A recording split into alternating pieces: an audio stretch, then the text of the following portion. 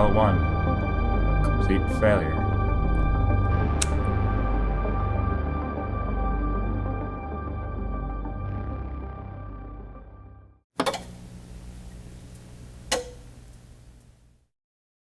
When I was a kid, my dad had a farm. I would go out with him early in the morning, help him with the feed. So this is what you and Quay have been working on? Yep. Seems exciting. Yeah. I couldn't find him one morning, so I went outside.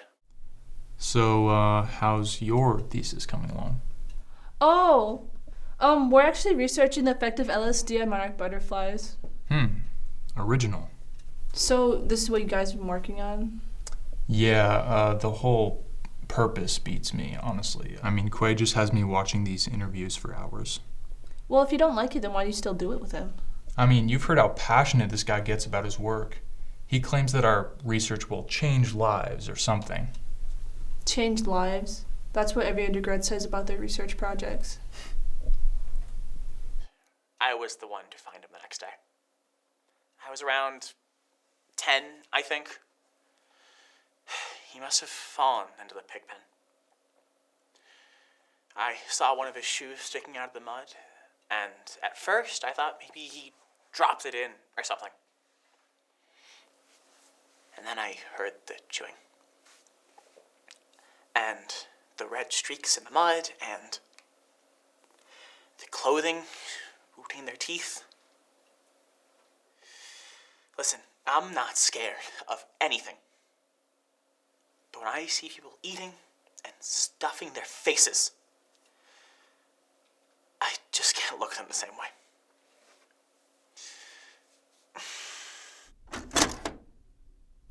So where did you find this guy anyway?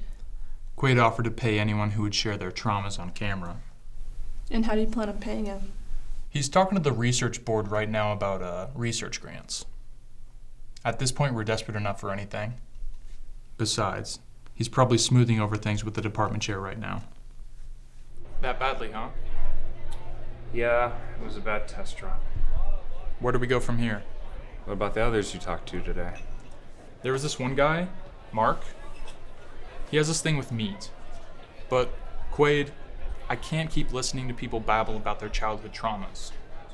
Well, how else are we supposed to find subjects? That's not what I mean.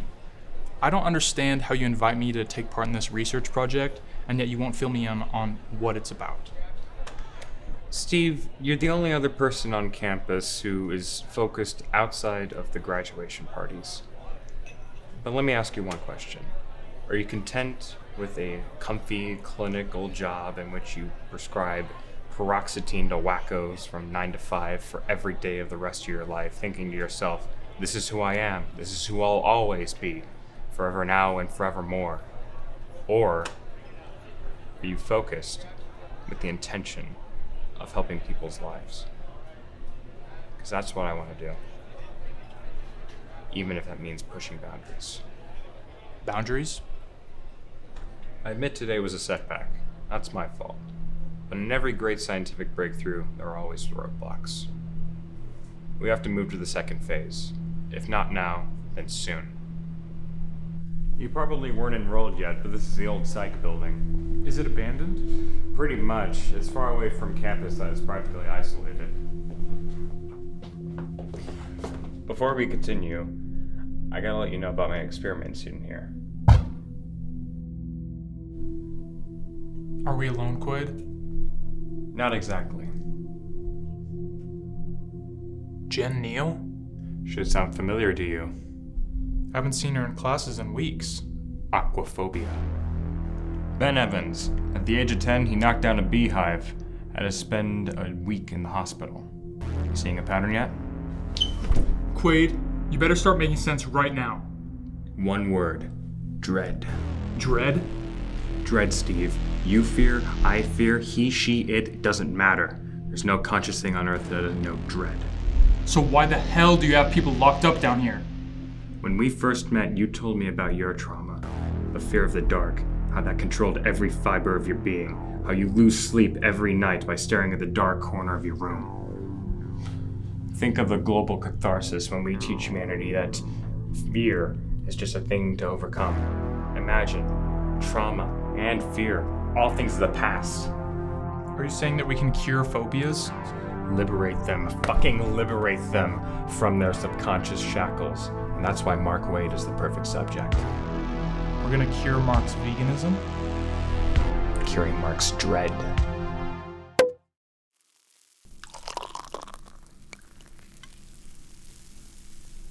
Cheers.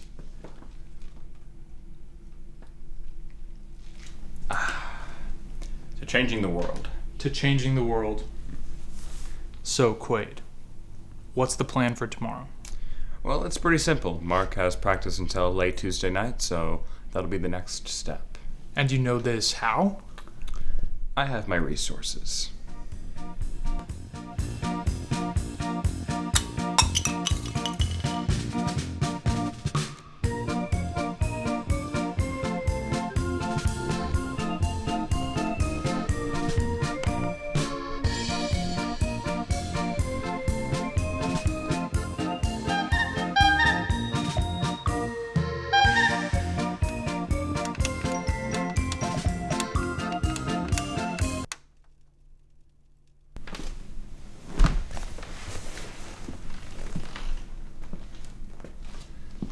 Steve, are you with me, or are you against me?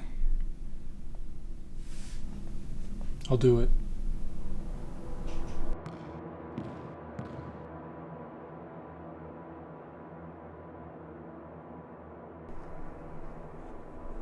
That better be my money, Steve. The fuck's your problem, Steve? Before I give you the money, Mark, I need to ask you something. Are you still afraid of the pigs? What? Me and Quaid have developed an experimental exposure therapy. We think it might solve your problem. Bullshit! You'll give me my money if you know it's good for you.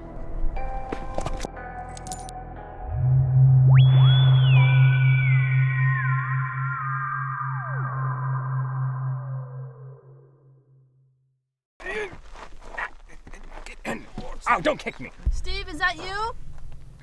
Go distract her. Cheryl, what are you doing out here so late? I was just out jogging and I saw your car parked out here. Oh, God damn. Is everything all right? Yeah, everything's fine. Never been better. What was that? That was the wind. Or it was Quaid. It was just Quaid. Hey. I thought you were alone. We gotta get going. We got a lot of things to do right now, so. Yeah. But We have a lot of work to do, Cheryl. Have so. a good night. Yeah. Yeah.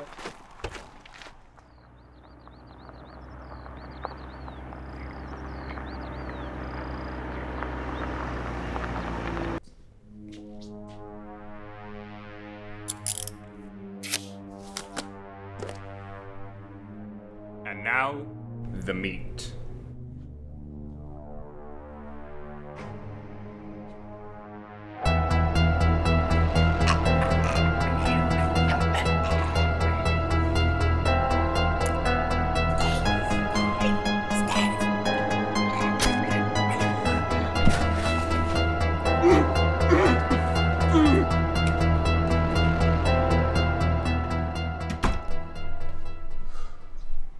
This isn't worth it, Quaid. What are you talking about? I'm done, Quaid. You're gonna let one little mistrial completely derail the entire experiment? What the fuck is wrong with you? No more of this shit. I'm done.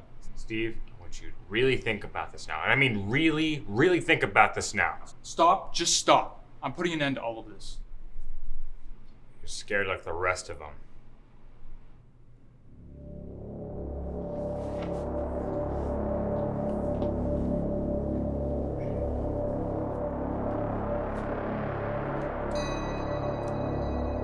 Test subject neutralized.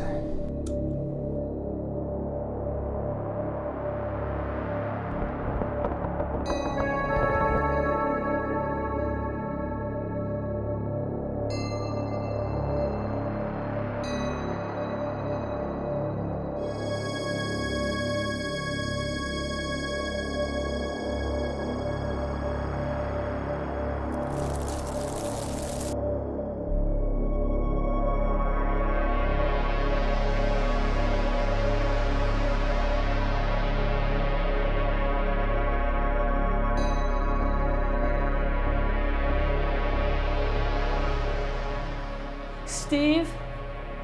Steve?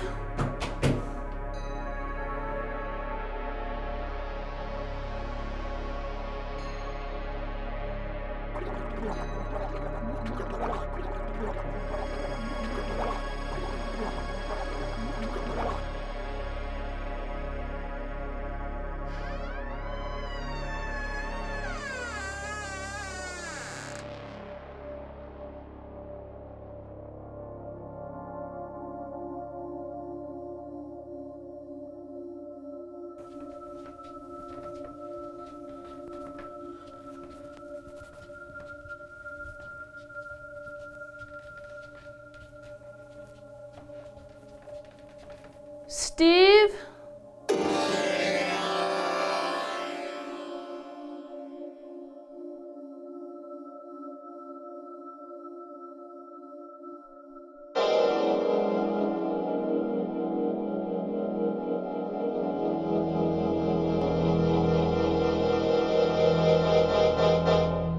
What we're doing today is we're, starting with raw meat, and we're really just sort of throwing it all together to make a delicious meat paste.